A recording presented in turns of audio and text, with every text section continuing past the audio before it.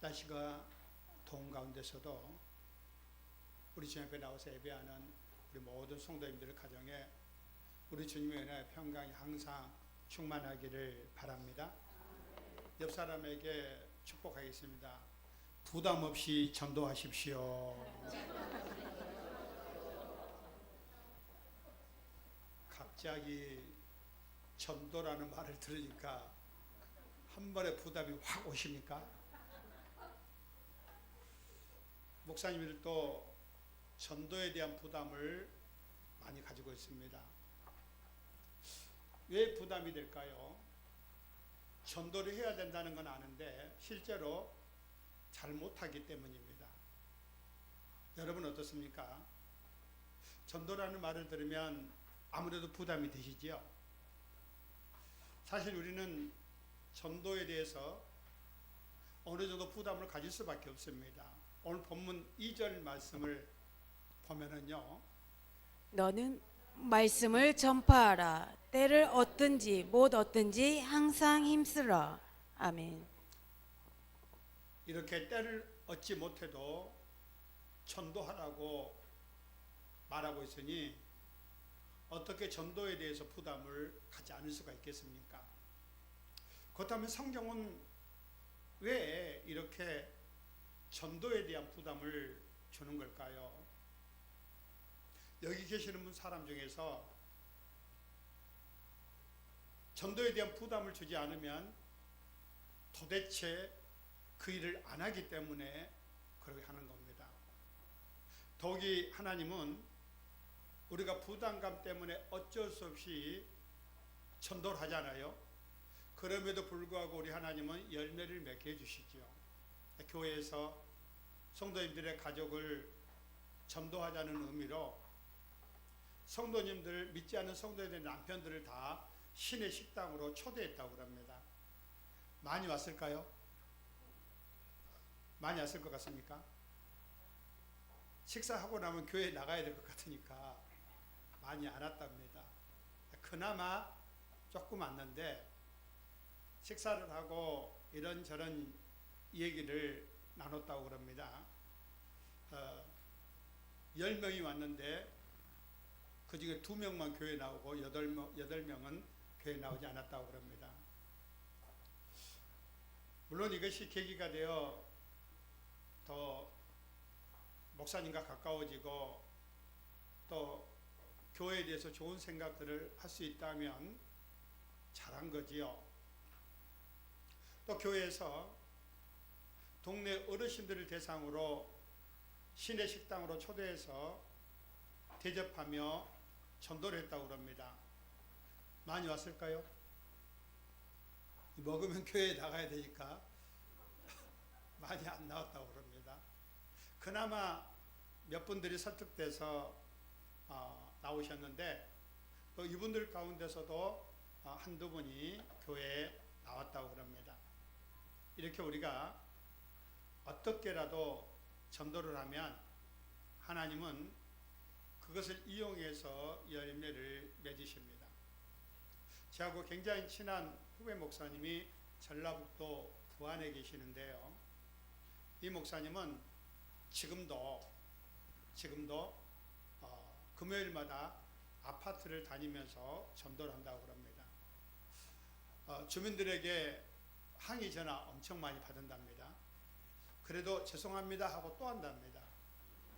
또 길가에서 더울 때는 얼음물을 주면서 전도를 하는데 안 받은 사람도 있고 또 버려본 사람도 있지만 그럼에도 불구하고 한답니다. 그랬더니 목사님 교회는 그렇게 전도한 사람들은 나오지 않는데요.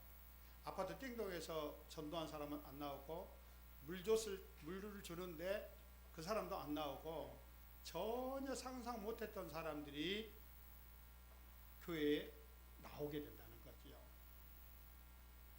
열심히 전도하니까 저 교회는 이단 교회와 비슷하다고 그런 말을 들었지만 하나님께서 다른 방법으로 사람을 보내주셔가지고 지금은 개척할 때에 3배, 4배까지도 교회가 부흥했다는 거지요. 그러니까 우리가 마음을 가지고 다양한 방법으로 전도에 힘쓰면 하나님은 그것을 이용해서 또 열매를 맺게 하심에 우리 하나님의 방법입니다. 그런데 전도에 대한 부담감이 있으면 한 번이라도 더 전도하게 돼 있지요. 부담감이 있으니까. 그러니까 우리는 전도에 대한 부담감이 어느 정도는 필요한 겁니다. 나는 전도에 전혀 부담감 없어. 그런 사람은 하나님 모르는 사람이거나 믿음으로 사는 사람이 아니죠. 조금 전에 우리가 뭐라고 축복했습니까? 부담 없이 전도하십시오 라고 축복했습니다. 왜 전도에 부담감이 필요한데 부담 없이 전도하라고 축복을 했을까요? 전도에 대한 부담이 애곡되는 경우가 많기 때문에 그렇게 말씀드린 겁니다. 부담을 가져도 바른 부담을 가지면 좋은데 잘못된 부담을 가지면 잘못된 전도를 반드시 하게 되어 있는 겁니다. 그래서 오히려 전도를 하는 것이 아니라 전도하는 행위가 전도에 방해되는 경우가 있지요. 저는 서울에 올라가면 지하철을 많이 이용합니다. 굉장히 편리하니까요. 네, 인터넷에 이런 글이 있었습니다. 지하철에서 제발 하지 말았으면 좋겠다는 행동을 적어놓은 글입니다. 그 중에 지하철에서 전도 좀 안 했으면 좋겠다가 들어있었습니다. 그 글을 보고 사람들이 지하철에서 전도하는 행동이 뭔지 좀 더 찾아봤습니다. 그랬더니 뭐가 제일 많이 나왔는지 아십니까? 지하철에서 이것은 하면 안 되겠다. 뭐가 났을 것 같습니까? 쩍벌남. 다리를 쫙 벌리고 앉아가지고 남의 자리까지 찾아있는 남자, 쩍벌남이라고 그럽니다. 네. 다른 사람 자리까지 차지해서 다른 사람도 못 앉게 하기 때문에 이것은 이웃에게 다른 사람에게 고통을 주는 거잖아요. 그렇죠? 또 신체적 접촉으로 불쾌감을 주거나 음식을 먹으며 음식 냄새를 풍기거나 또는 전화를 크게 받으면서 소리를 내는 것들이 제발 지하철에서 하지 않았으면 좋겠다는 거지요. 자신들에게 피해를 주고 고통을 주기 때문에 안 했으면 좋겠다는 겁니다. 그렇다면 지하철에서 전도하는 것은 어떤 고통을 줄 것 같습니까? 물론 지하철에서 좋은 방법으로 전도한 분들도 없지 않아 있습니다. 그러나 일부 전도자들은 고통을 줍니다. 우선 소음으로 고통을 줍니다. 일반적으로 자신의 예수님 믿으십시오 라고 하는 것이 아니라 이상한 목사님들의 목소리를 흉내내면서 알아먹지도 못하게 웅얼웅얼하고 지나갑니다. 말투나 내용에 있어서 무례하기 짝이 없는 경우가 많지요. 그 글에 보면 지하철에서 중학생을 붙들고 전도를 했는데 이 친구가 내려야 되는데 그냥 지나쳐가지고 학원을 지각했다는 그런 글도 올라와 있습니다. 아마 이런 사람들 중에는 정상적인 기독교가 아니라 이단에 속한 사람들이 많이 있을 것으로 예상됩니다. 그러나 진정한 기독교인들 중에는 전도에 대한 부담을 잘못 가지게 되면 잘못된 방법으로 전도할 위험이 얼마든지 있다는 겁니다. 특히 때를 얻든지 못 얻든지 전도하라는 말씀을 문자 그대로 받아들이면 상대방이 어떤 형편이든지 나는 무조건 전도해야 된다고 생각해서 무리한 방법으로 전도를 하게 되는 거지요. 심지어 전도하면서 사람들에게 욕을 먹는 게 믿음이 좋은 거라고 생각하는 사람도 있습니다. 물론 정상적으로 전도해도 욕을 먹을 수 있습니다. 그러니까 욕을 먹을 각오로 전도하는 자세는 필요하지요. 하지만 사람에게 불쾌감을 주는 방법으로 무례하게 전도하다가 욕을 먹은 것은 좋은 것이 아닙니다. 특히 본문을 이런 식으로 해석해서 무리하게 전도하는 것은 본문을 많이 오해한 겁니다. 한 가지 여쭤보겠습니다. 누가 우리의 오른밤을 치면 어떻게 해야 됩니까? 누가 우리 오른밤을 쳤습니다. 그럼 어떻게 해야 되죠? 왼밤을 돌려야 돼요? 그렇게 해보신 분? 근데 그렇게 말해요. 요한복음 18장 22절 23절입니다. 이 말씀을 하시매 곁에 섰던 아랫사람 하나가 손으로 예수를 쳐 이르되 네가 대제사장에게 이같이 대답하느냐 하니 예수께서 대답하시되 내가 말을 잘못하였으면 그 잘못한 것을 증언하라. 잘하였으면 내가 어찌하여 나를 치느냐 하시더라. 아멘. 예수님 체포되셨을 때 제사장의 하속이 예수님을 쳤습니다. 이때 예수님은 왼쪽 돌려대셨나요? 아닙니다. 예수님은 하속이 당신을 쳤을 때 더 쳐라 그렇게 안녕하시고 내가 잘못한 것이 없는데 왜 치느냐고 하면서 오히려 치지 말라고 하셨습니다. 왜 예수님께서는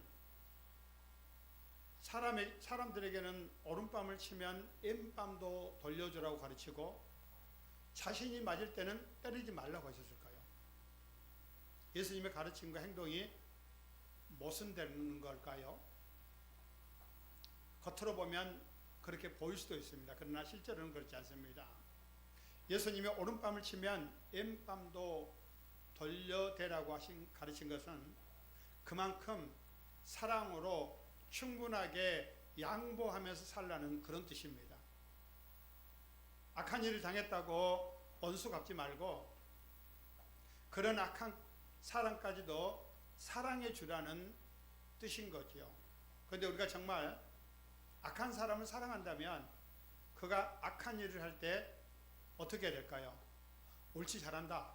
하던 일 계속해라. 계속해. 그렇게 합니까? 아니지요. 그만하라고 하지요. 지금 대제사장의 하속은 예수님을 때리는 죄를 짓고 있습니다. 그러니까 이 사람을 이해한다고 그러면 그 행동이 잘못된 것을 알려주면서 중지해라 라고 하는 겁니다. 이렇게 오른밤을 치면 왼밤을 돌려대는 가르침도 이웃을 사랑하라는 말씀이고 자기를 때린 사람에게 그러지 말라고 하신 것도 그 사람을 위한 사랑의 말씀인 겁니다. 사랑이 경우에 따라 다른 모습으로 나타난 것뿐이죠. 부모도 자식을 사랑하고 자식도 부모를 사랑하지만 그 사랑은 다릅니다. 부모 사랑이 다르고 자녀가 부모 효도하는 사랑도 다르게 나타나지요. 그러면 실제로 누가 우리를 때릴 때 어떻게 됩니까? 여러분 누가 더 때리면 어떻게 하겠습니까? 그 사람이 더 악해지고 왜 때리냐고 하면 분위기가 더 나빠질 수 있습니다. 그러니까 어떻게 하라는 겁니까? 마음으로 나를 때리는 사람이 선한 사람이 되기를 바라면서 지금의 악한 분위기가 완화되도록 최선을 다하라는 거지요. 말없이 더 맞아주는 게 좋을 것 같으면 더 맞아주시고 말로 설명해서 폭력을 줄일 수 있을 것 같으면 말로 설명해줘서 줄이고 진정한 사랑과 지혜로 선을 이루기에 노력하라는 게 핵심입니다. 전도도 마찬가지입니다. 분명히 우리는 때를 얻든지 못 얻든지 전도해야 합니다. 그러나 이렇게 전도하라고 하신 뜻을 바로 알고 바른 목적과 바른 방법으로 전도해야 됩니다. 도대체 주님이 전도하라고 하신 이유가 뭘 것 같습니까? 사람을 사랑하여 구원하기 위해서 그런 겁니다. 그러니까 전도는 이웃을 사랑하는 마음으로 그를 구원하기 위해서 하는 겁니다. 전도는 나를 사랑하는 마음으로 전도에서 내가 상 받아야지 라고 하는 게 아니라는 거죠. 전도는 우리 교인들을 늘려서 우리 교회가 올해 크게 부흥했습니다 라고 실적을 내놓는 것도 아닙니다. 그러니까 사랑이 없는 전도, 존중이 없는 전도, 상받기만 충실한 정도가 그 내용이 어떨 것 같습니까? 좀 더 쉽게 설명하겠습니다. 많은 교회가 해외 선교를 합니다. 그런데 선교에는 두 가지 모습이 있습니다. 하나는 하나님의 선교와 교회의 선교입니다. 하나님의 선교는 하나님 중심으로 하나님 뜻을 이루어 드리려고 하는 선교이지요. 교회의 선교는 교회를 중심으로 교회의 뜻을 이루려고 하는 선교입니다. 이 두 선교가 다를까요? 다르다면 어떻게 다를까요? 하나님의 선교는 하나님의 마음으로 선교 대상자들의 구원에만 관심이 있는 겁니다.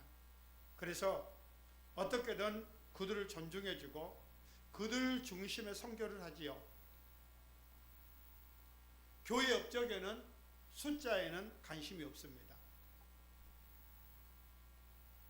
그래서 선교지에서 선교사로 파송되면 유난히 숫자에 민감한 선교사님이 계십니다. 그렇게 되면 업적에 집중하게 되는 거죠. 그래서 자기가 아닌 다른 사람이 해놓은 선교지에 마치 자기가 하는 것처럼 좀 허황되게 이야기하기도 하고요. 그건 하나님 기뻐하는 모습이 아닙니다. 그래서 우리는 파송하는 선교사님들에게도 절대로 숫자를 보고하라거나 그러지 않습니다. 단 한 명이라도 세례를 받았다고 그러면 그걸로 감사하고 잘했다고 칭찬하고. 여러분 아십니까? 우리 주일 예배가 이 선교지에서도 동시에 예배를 드리고 있습니다. 이번에 오신 이현웅 김박경 선교사님도 키르기스탄에서 매일 주일 우리 예배를 동시에 그곳에서 카톡을 통해서 들은다고 제게 말씀해 주셨습니다.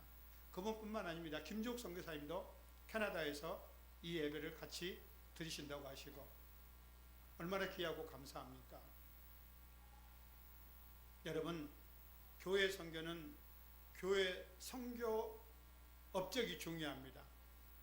선교 대상자들의 필요한 것을 하는 것이 아니라 선교하는 교회가 하고 싶은 걸 하는 경우가 많지요.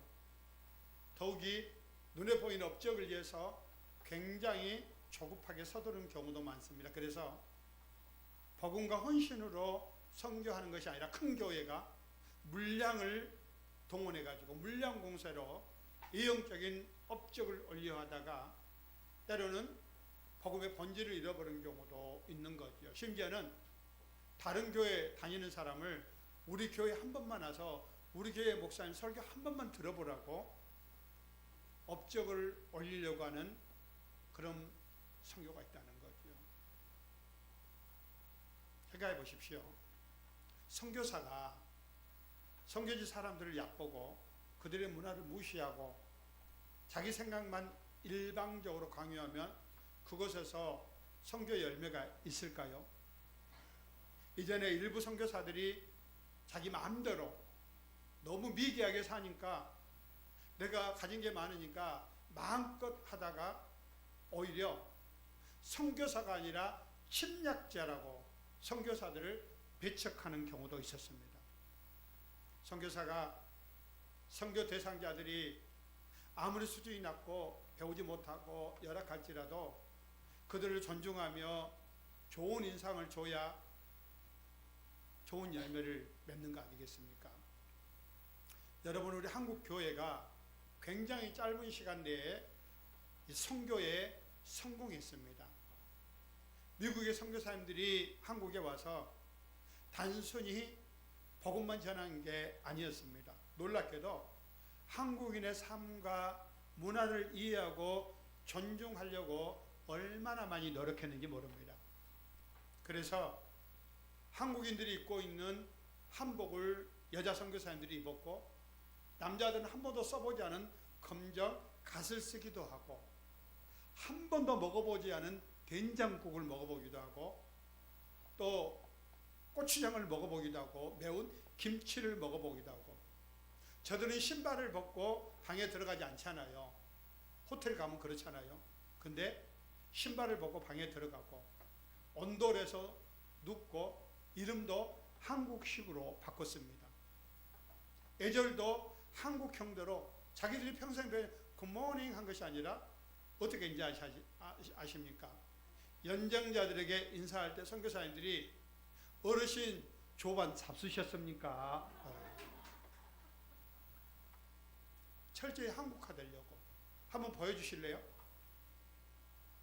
영상, 사진 한번 보여주세요. 네. 선교사님이 이렇게 다닙니다. 다른 거 하나 보여주실래요? 네, 이렇게 한복을 입고. 전도도 마찬가지입니다.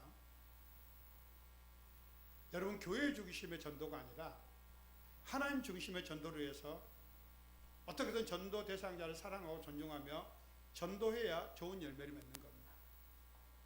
함부로 하고 이기적으로 하고, 그러면서 전혀 배려도 안 해주고 존중도 안 해주면서 전도 이야기하잖아요. 그러면 속으로 그러는 거예요. 너나 잘 믿으세요. 너나 잘 믿으세요. 그런 교회, 그런 하나님 나 필요 없습니다.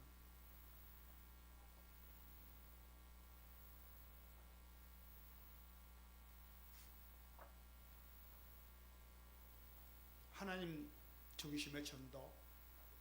제가 처음에 전도에 대한 부담을 가져야 한다고 하면서 부담 없이 전도해야 된다고 말을 바꿨습니다.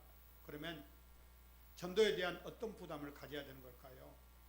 방금 말씀드린 대로 하나님의 중심이 전도가 주는 부담을 가져야 되는 겁니다.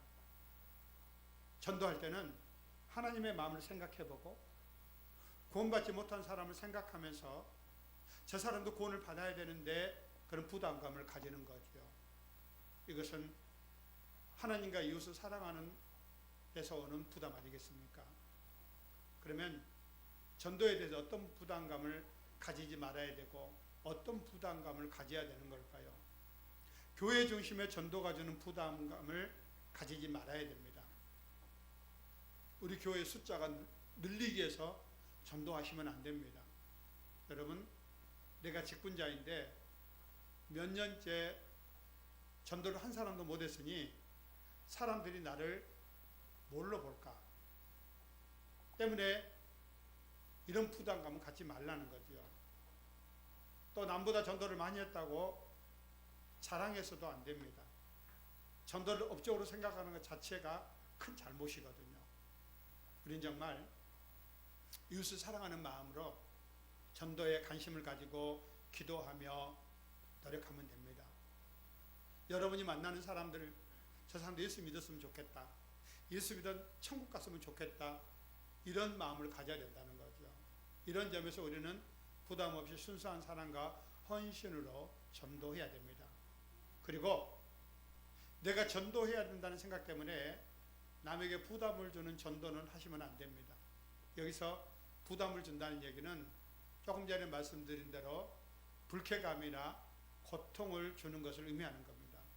물론 전도하는데 전혀 부담을 안 줄 수는 없습니다. 그러나 부담에는 불쾌감을 주는 부담이 있고 사랑과 관심을 느끼며 불쾌하지 않은 부담도 있는 거거든요. 그러지 않습니까?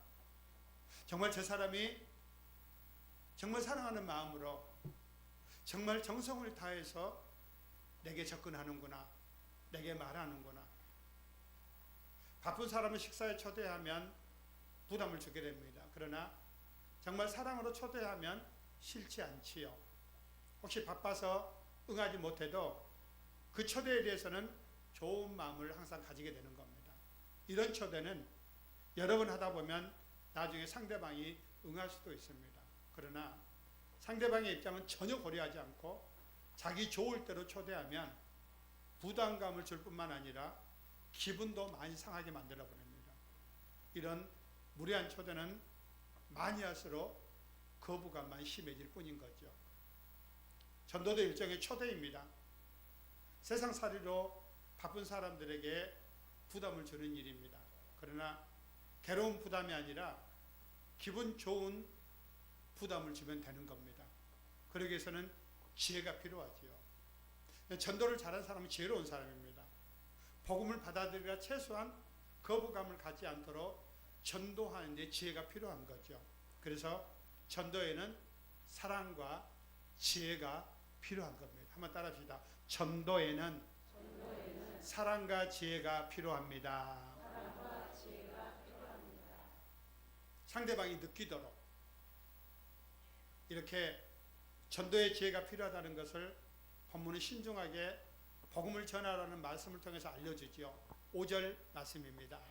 그러나 너는 모든 일에 신중하여 고난을 받으며 전도자의 일을 하며 내 직무를 다하라. 아멘. 아멘. 여기 단어에 보면 신중하다는 말이 나 있잖아요. 신중하다. 이 말은 정신을 차리고 있다는 뜻입니다. 전도는 아무렇게나 야 우리 교회 한번 와봐 이게 아니라는 거죠. 정신을 차리고 최선을 다해서 지혜롭게 인도해야 된다는 겁니다. 그러면 어떻게 해야 복음을 거부감 없이 듣도록 전도할 수 있을까요? 가장 중요한 것은 내가 너를 사랑한다는 것, 너를 위해서 한다는 사랑이 필요합니다. 정말 그 사람을 사랑하며 그가 잘 되기를 바라는 마음으로 복음을 전하면 그 사람이 그토록 싫어하지는 않습니다. 사랑이 전도하는데 가장 중요합니다.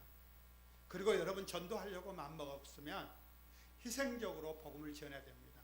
조금 전에 말씀드린 대로 형제간 사이에서도 아주 욕심껏 자기 욕심 부리면서 그 사람이 교회에 나오기를 바라는 것은 이건 잘못된 내용이지요. 여러분 사랑이 어떻게 나타납니까? 사랑은 반드시 희생으로 나타납니다. 부모가 자식을 사랑하는 것도 부모가 자녀를 위해서 사랑했기 때문에 희생을 했기 때문에 사랑이란 단어로 가장 적합한 거죠. 전도할 때도 마찬가지입니다. 꼭 기억하세요. 사랑이라는 말 함부로 쓰시면 안 됩니다. 내가 너를 사랑한다는 얘기는 그만큼 그 안에 희생이 포함되어 있는 거예요.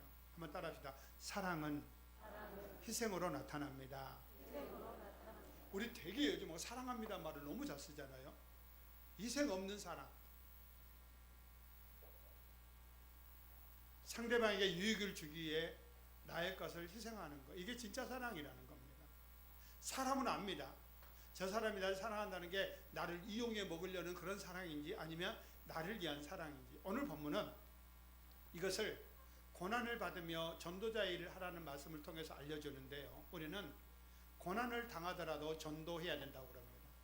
내가 희생하면서라도 전도해. 여러분 전도하려고 마음먹었으면 가장 먼저 동원되는 것은 희생이라는 거에 동원되는 거예요. 아셨죠?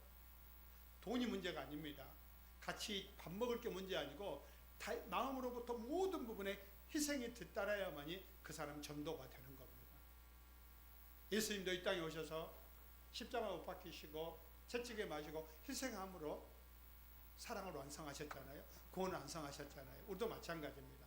가만히 앉아서 전 한 통으로 안 됩니다. 내가 희생하며 복음을 전하는 것은 나를 위해 복음을 전하는 것이 아니라 이웃을 위해 복음을 전하는 거죠. 이게 참 복음입니다. 내가 희생하는 전도는 내 생각이나 내 계획대로 끌고 가는 게 아닙니다. 상대방을 위해서 자기 계획을 고쳐가면서 전도하는 것이 오늘 사랑과 지혜의 전도인 거죠. 우리 성도들이 그렇게 지혜로웠으면 좋겠습니다. 그러나 여기서 두 가지 중요한 것을 잊지 말아야 합니다. 하나는 부담을 주지 않는다고 해서 복음 자체를 회피해서는 안 돼. 나 부담 안 주려고 나 당신한테 한 번도 교회 가자 말 안 했잖아. 잘하는 게 아닙니다. 말씀을 전할 때는 분명히 예수님에 대해서 말씀하시거나 교회에 대해 말씀하면서 교회에 나와야 한다고 권해야 합니다. 부담을 주지 않고 편하게 해준다고 해서 예수님이나 복음은 전혀 말하지 않고 밥만 먹고 차만 마시고 놀다가 끝나면 안 됩니다. 즐겁게 놀기만 하는 것은 전도를 위한 선행 작업일 뿐이지 전도는 아닙니다. 물론 처음에는 가까워지기 위해서 차도 마시고 식사도 하고 즐겨도 괜찮습니다. 그러나 적합한 때에 반드시 예수님이나 교회에 대해서 말해줘야 됩니다. 여기까지 가야 전도를 하는 거죠. 여러분, 우리 아이들이 어렸을 때 치과에 데려간 적이 있습니다. 그날따라 아이가 치료를 받지 않으려고 해서 제가 꽉 붙잡고 야, 너 말 안 들으면 혼나. 그렇게 했더니 의사가 그러지 말라고 했습니다. 자기는 어린아이가 너무 싫어하면 첫날은 그냥 아이가 치과에 와서 마음을 편안하게 할 수 있도록 간호사들한테 놀아주게 한다는 거지요. 이렇게 해서 좋은 분위기가 되면 치료에 들어가야 한다는 겁니다. 이 이야기에서 우리는 두 가지를 알 수 있습니다. 너무 무리하게 치료하면 그 아이가 치과를 너무 싫어해서 평생 치과를 멀리하고 치아 건강에 해를 입게 된다는 거지요. 그러나 매일 놀아주기만 하면 어떨까요? 오늘 또 치과 갔는데 아이가 준비 안 됐다고 놀아주고, 내일도 놀아주고, 일주일 내내 놀아주고, 한 달 내내 놀아주고. 그럼 치료는 언제 합니까? 전도도 마찬가지입니다.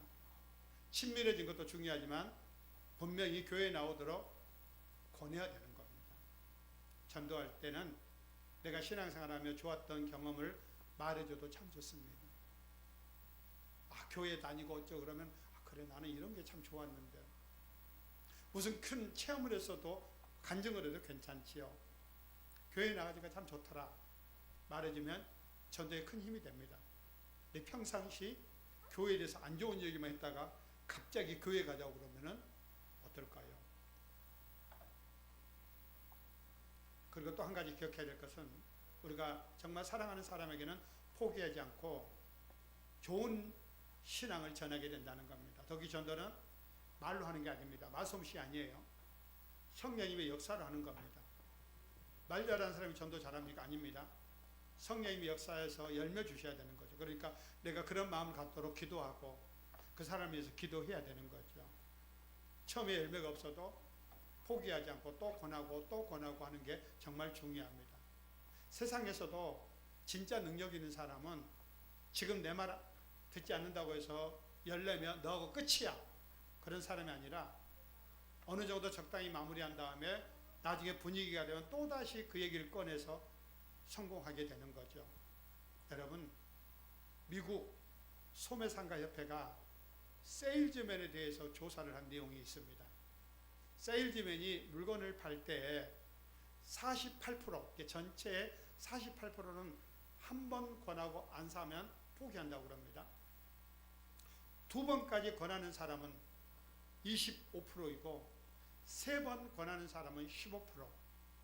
세일즈맨 중에 12%만이 4번 이상 권유했다고 설문지에 작성했습니다. 그런데 4번 이상 권유한 12%의 세일즈맨이 전체 판매량의 80% 이상을 판다는 거죠. 전도가 세일즈와 같은 것은 아니지만 전도도 여러 번 공고를 통해 이루어진다는 점에서는 같습니다. 전도할 때는 몇 번 실패해도 포기하지 말고 다시 해야 됩니다. 이렇게 안 될 것 같을 때도 전도하는 것이 때를 얻든지 못 얻든지 전도하는 자세이지요. 제가 전도하는 방법을 오늘 소개해 주려고 합니다. PPT 보여줄래요? 한번 따라하시죠. 고구마 전도법. 여러분 고구마 좋아하시죠? 네. 다음 거 보여주실래요? 고구마 솥에다가 자 불을 넣으면 어떻습니까? 그냥 얼마 안 되는데 막 김이 나오지요.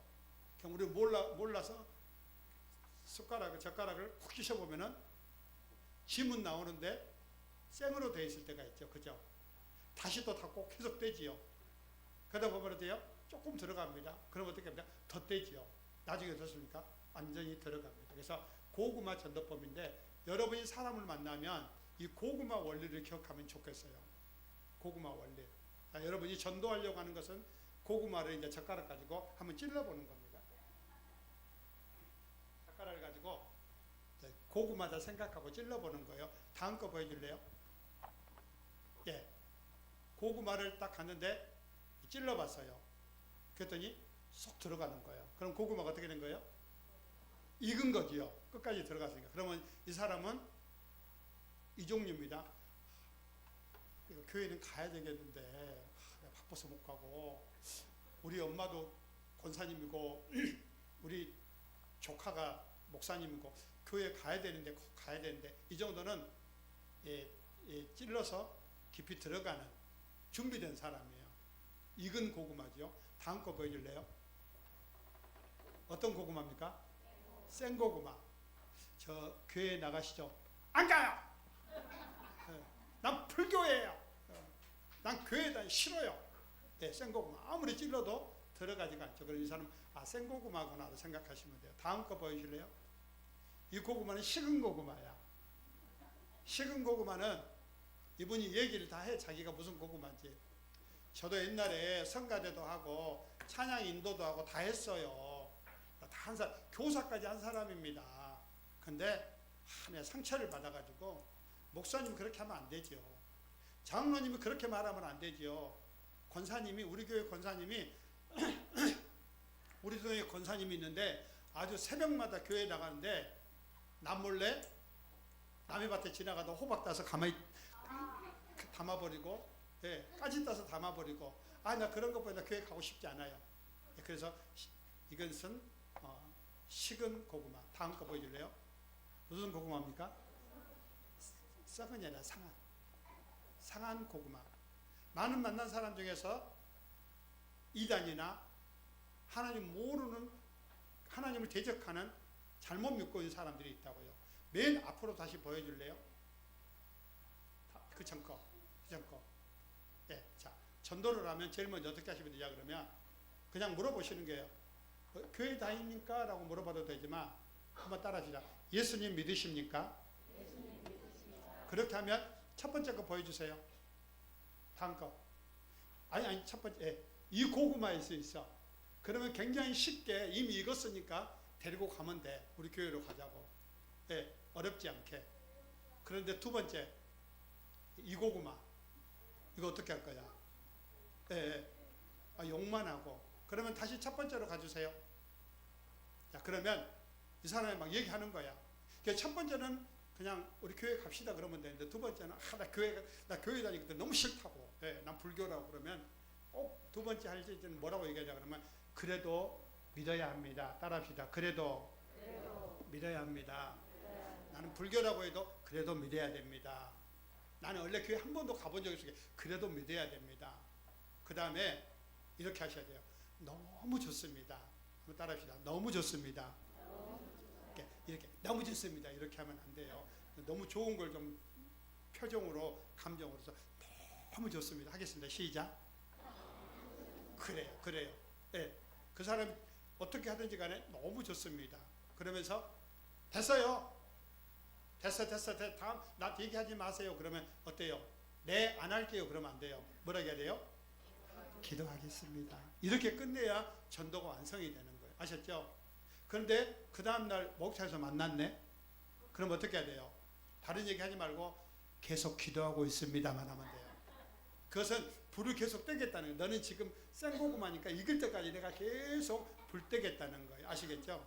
다시 연결합니다. 자, 예수님 믿으십니까? 나 교회 안 다녀요. 난 싫어요. 빨리 가세요. 그러면? 싫다니까요. 당신이나 잘 믿으세요. 몰라요. 만나지 말아요. 나 그런 얘기 하지 말아요. 기도하겠습니다. 그 다음날 만났어요. 기도하고 있습니다. 그 다음날 또 만났어요. 이렇게 하시면 돼요. 아셨죠? 이렇게 계속 하셔서 그냥 이 고구마 전도법을 활용해서 조금이라도 좀 이렇게 전도할 수 있도록 그렇게 했으면 좋겠습니다. 자, 이 시간에 옆 사람과 두 배씩 짝을 한번 지어가지고 고구마 전도법으로 한번, 한 사람이 그냥 익은 고구마가 되든지 생고구마가 되든지 식은 고구마가 되든지 아니면 상한 고구마가 되든지 한번 해가지고 두 분씩 짝을 지어서 연습하겠습니다. 중요한 겁니다. 두 명씩 짝지어서 연습하세요. 한 사람이 좀 보여주세요. 전도법 보여주세요. 전도법 이거 보시고 하세요. 한 사람은 전도하시고 꼭 하세요.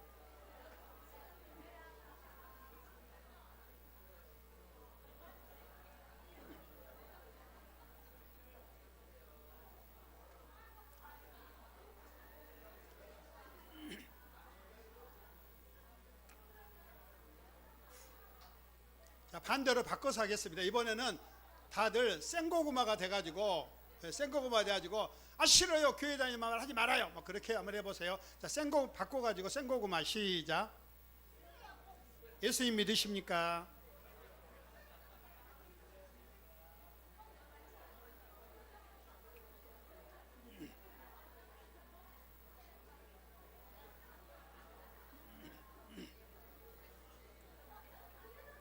그 다음날 만났습니다. 그 다음날 또 만났습니다. 또 만났어요. 예, 좋습니다. 좋습니다. 예. 자, 또 이제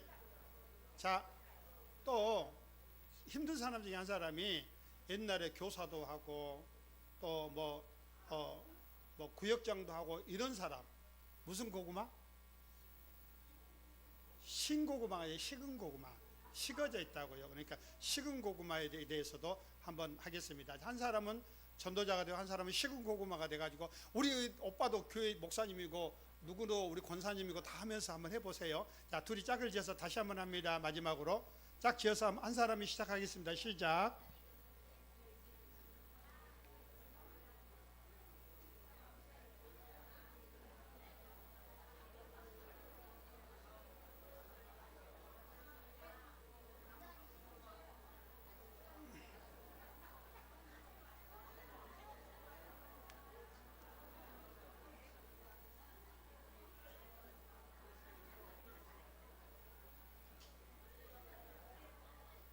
예.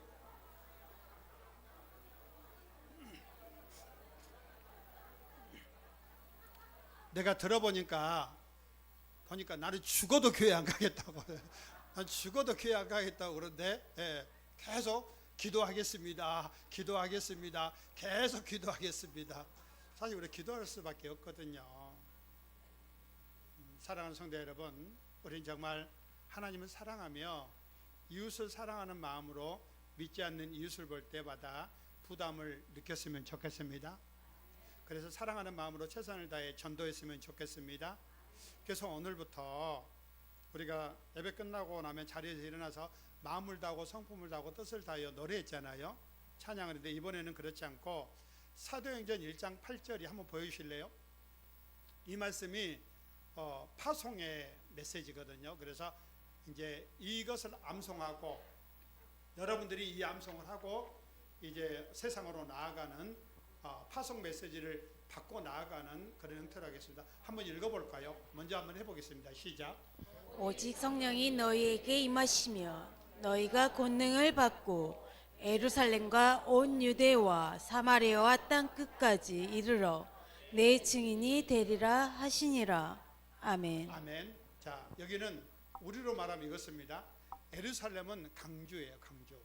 우리 지역에 사는 예수님이 계시던 그 중심지가 예루살렘이었잖아요. 예루살렘은 강주나 마찬가지고 온 유대는 바로 옆에 예루살렘 아주 가까운 지역이 바로 온 유대입니다. 그리고는 사마리아는 지금으로 말하면 개성, 평양 그런 쪽입니다. 그러니까 여기 지역과 이 주변 지역과 저기 평양 지역과 끝까지 우리가 삶을 감당한다는 그런 뜻이 있습니다. 이 메시지를 좀 부담을 가지고 나가셔서 성령께서 내게 임하시면 예루살렘에가 온 유대와 사마리아 땅끝까지 내가 정인으로 살겠다고 메시지를 가지고 또 암송하고 나갔으면 좋겠습니다. 그래서 한 달 여유 드리겠습니다. 이거 다 외우셔야 돼요. 그래서 다음 시간에는 가로를 예루살렘을 가리고 나오고 그 다음에 사마리아를 가리고 나와가지고 이제 버벅거린가 정확하게 애웠는가 보도록 하겠습니다. 자, 말씀을 정리하겠습니다. 여러분, 우리는 나의 업적을 위해서 상 받기 위해서 전도하는 것이 아니라 하나님 사랑하고 그 사람을 사랑하는 마음으로 전도했으면 좋겠습니다. 그런 사람은 내 입장만 생각하다가 남에게 고통이나 불쾌감을 주는 전도를 피합니다. 우리 모두가 사랑과 지혜를 가지고 희생적이면서도 포기하지 않는 귀한 전도로 많은 사람을 구원으로 인도하고 하나님 뜻을 이루어드리고 우리 자신도 참 행복과 큰 상급을 받는 귀하고 복된 교회가 됐으면 좋겠습니다. 하나님 모든 영혼을 사랑하며 그들이 구원받기를 원하십니다. 우리도 이런 사랑으로 이웃의 구원을 위해 전도해야 됩니다. 내가 전도 업적을 쌓아야 한다는 부담을 버리시고 이웃을 존중하며 사랑과 지혜로 최선을 다해 전도하시기를 바랍니다. 특별히 여러분의 부모님들, 여러분의 가족들이 주님 앞에 나올 수 있도록 최선을 다해서 존중해주고 사랑했으면 좋겠습니다. 기도하겠습니다. 우리 말씀을 생각하면서 함께 기도하겠습니다. 이 시간 여러분 전도해야 되는 사람들을 위해서 기도했으면 참 좋겠습니다. 우리는 VIP라고 얘기합니다. 여러분 가족 중에 아직 예수님 믿지 못하고 있는 사람이 있다고 그러면 내가 희생하지 못하고 내가 사랑하지 못하고 존중하지 못하고 또 사랑과 지혜로 전도하지 못했기 때문인 겁니다. 그 사람 때문이 아니라 나 때문인 거죠. 여러분 하나님이 원하시는 좋은 열매를 맺기 위해서 하나님 기쁘시게 하고 이웃과 함께 구원의 큰 축복을 누리는 우리가 됐으면 좋겠습니다. 우리 저들을 위해서 잠시 1분 동안 기도하겠습니다.